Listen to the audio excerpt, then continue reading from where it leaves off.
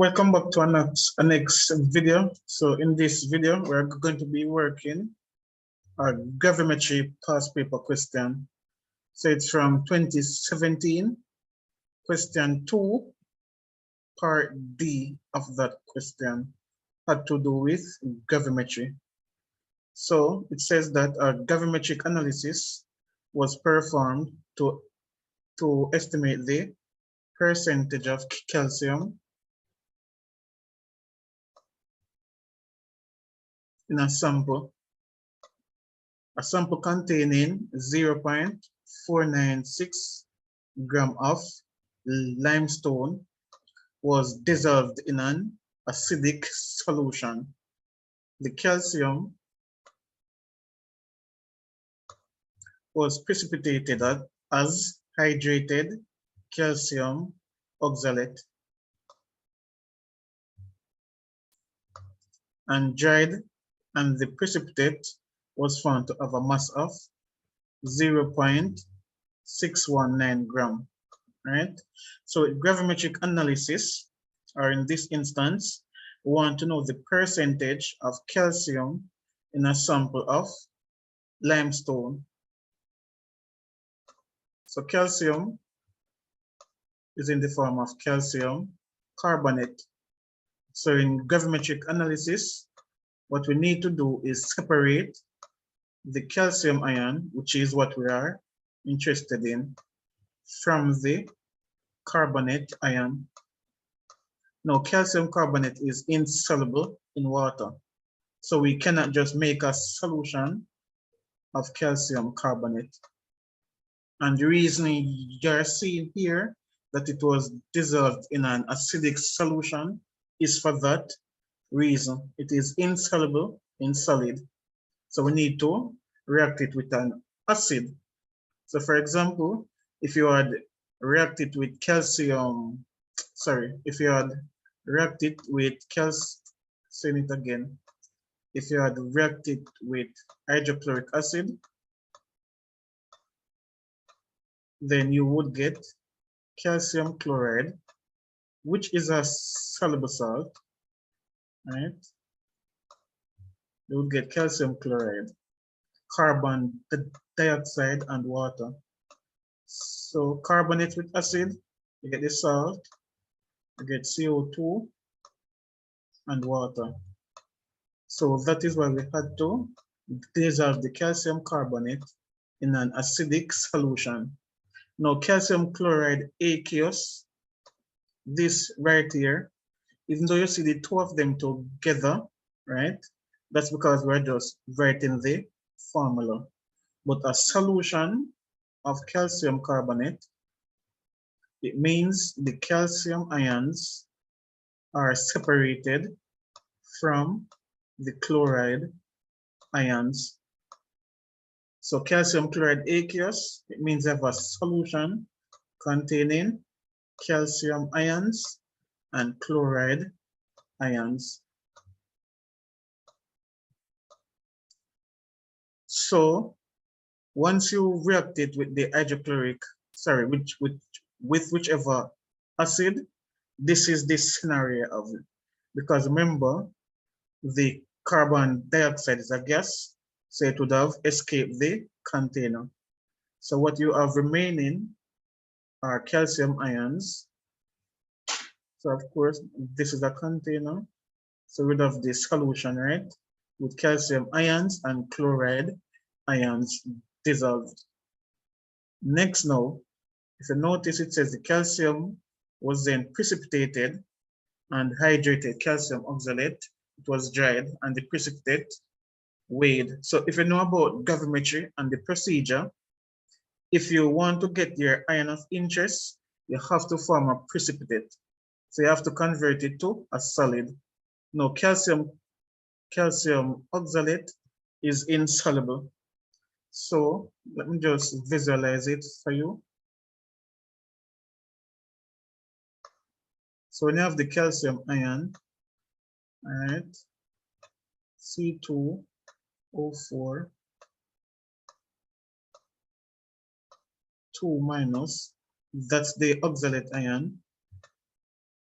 So when you have this solution, the calcium ion, and you add the oxalate ion, you are going to get calcium oxalate, which is a solid. It is insoluble, so you will get precipitate being produced.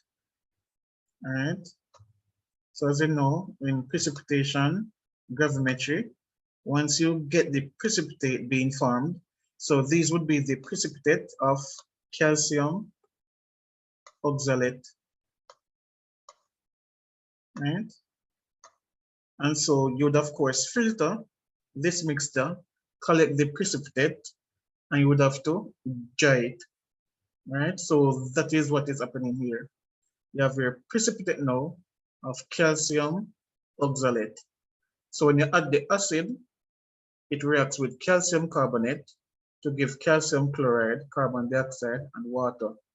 But even though you are looking at calcium chloride as CaCl2, just bear in mind it's a solution, which means that the calcium ions are separated from the chloride ions.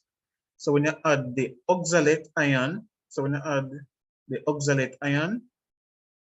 right, the calcium was precipitated as hydrated calcium oxalate.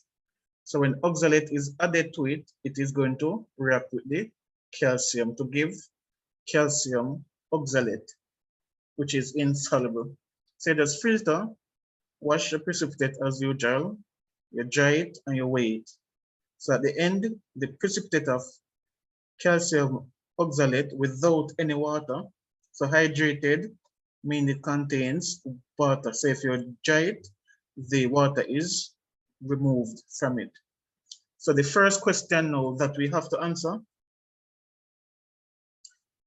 it says, write an equation for the formation of dry calcium oxalate. So as I have showed you here, the oxalate ion, right? So you have the calcium ions. When you're writing an equation, do not leave off your state symbols. So the calcium ion reacts with the oxalate ion, C2O4 2 minus.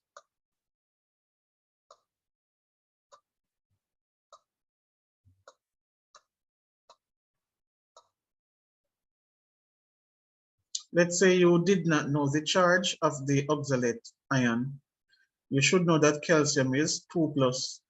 And if you look at the formula here for calcium oxalate, calcium is not in a bracket, neither is the oxalate ion, which means that the charges on both of them must have been the same. So 2 plus, 2 minus. So they cancel. And that is how you would get Ca, C2, O4. Right? So this is the dry calcium oxalate, the equation for it. Calcium ions react with the oxalate ion to give you the precipitate of calcium oxalate. So these are the precipitate of calcium oxalate. All right, and that was for 1 mark. So moving on now to question 2.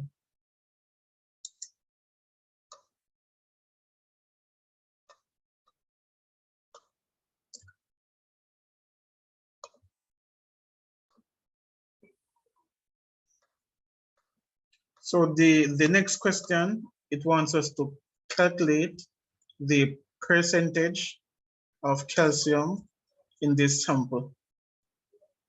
And that is for 4 marks. So to calculate the percentage of calcium, we first need to calculate the mass of calcium. And so we need to do, even though this is just 1 question for 4 marks, it's a series of steps that we will have to go through. So typically with gravimetry, the precipitation one, like in this case, where you get the a mass for the precipitate being produced, you would have to write the equation that which we did already. But what you also have to do, all right, so I'm going to put it in steps. So the typical process, right, for this type of gravimetry is that you will calculate the moles of the precipitate. So in this case, we are calculating the mole of calcium oxalate, CaC2O4. And we know that mole is the mass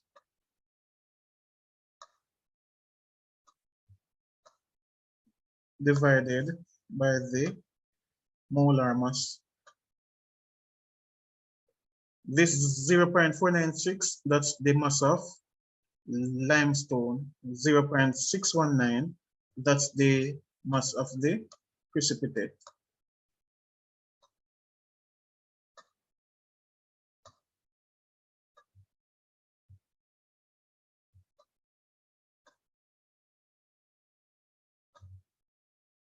All right, the mass of calcium, that is 40. Carbon is 12, so 2 12s, that is 24. And oxygen is 16, so 4 times 16, that is 64. If we should add that up, 60 and 40 is 100, so that's 128. So it's 0.619 gram divided by 128 gram per mole. Gram will cancel gram, so your unit is mole. Right, I'm going to pause and do the calculation. All right, so when you divide these two numbers, you get 0.0048 moles. So after you find the mole of the precipitate, right, which is the calcium oxalate, we're going to use the equation now. So although we had written the equation already, we are going to write it again. So calcium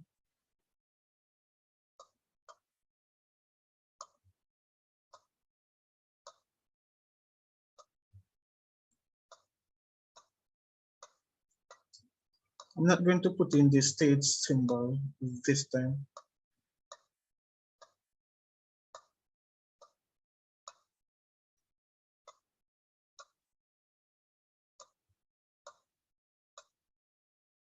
So why is this equation important? Remember now, what we have is the mole for calcium oxalate. But to get the mass of calcium, we need the mole of calcium.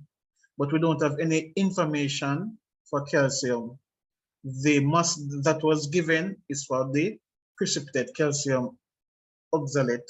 That is where we could find the moles of it. But what we can do is use the balance equation to find the mole of calcium. So you should be familiar with mole ratio. So based on this balanced equation, 1 mole of calcium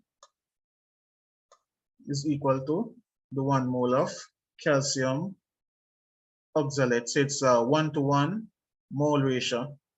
So since it's a 1-to-1 mole ratio, then the mole of calcium is the same.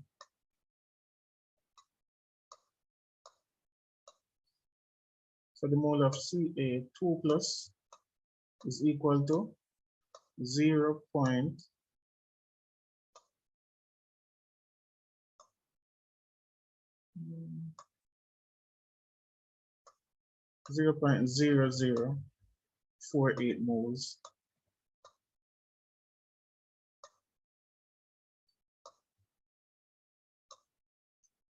Now, once you have the mole of calcium, we can go ahead and calculate the mass of calcium.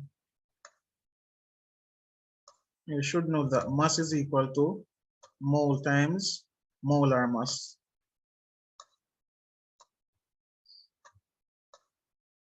So the mole is 0.0048,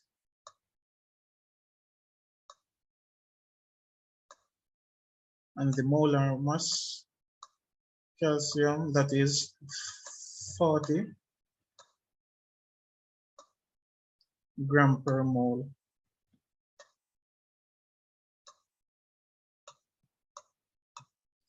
All right, mole cancel mole, so you left with gram. So 40 times 0.0048 with 0.192 grams.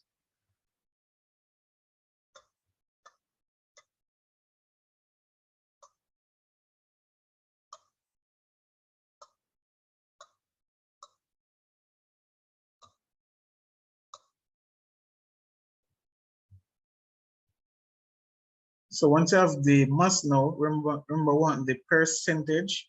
So typically, well, it wouldn't stop at the mass. For this type, it would ask you for percentage. It may ask you for mass. So if it was just asking you for the mass, it would stop here.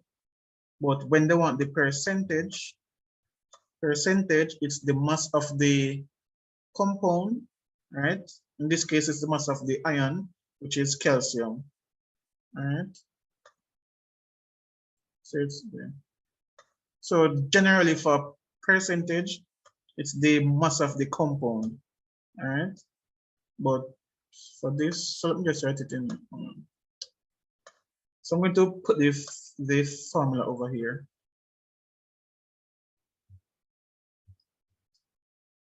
So percentage mass, it is typically mass of compound divided by mass of sample times 100. All right, so in this case, it's the mass of the calcium ion, which is for the percentage 0.192 divided by the mass of the sample, which is 0.496 times 100.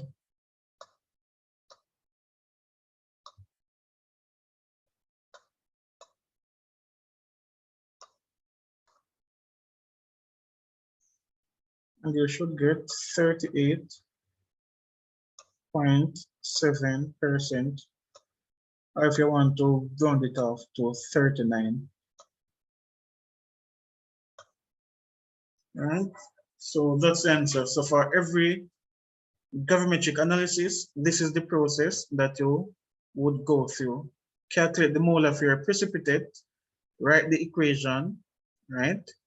Look at the mole ratio between whichever of the reactants you're interested in and the precipitate. So it's always between a particular reactant and the precipitate, because you will always calculate the mole of the precipitate, because you will be given the mass of the precipitate. So you calculate the mole of the precipitate, write the equation, look at the mole ratio, get the mole of the particular reactant you're interested in. Once you have the mole, you times it by the molar mass and you get the mass. If they want the percentage, you simply divide the mass you have just calculated by the mass of the sample and you have your answer. So this is one of the gravimetric questions. I will do others, so you can check those as well.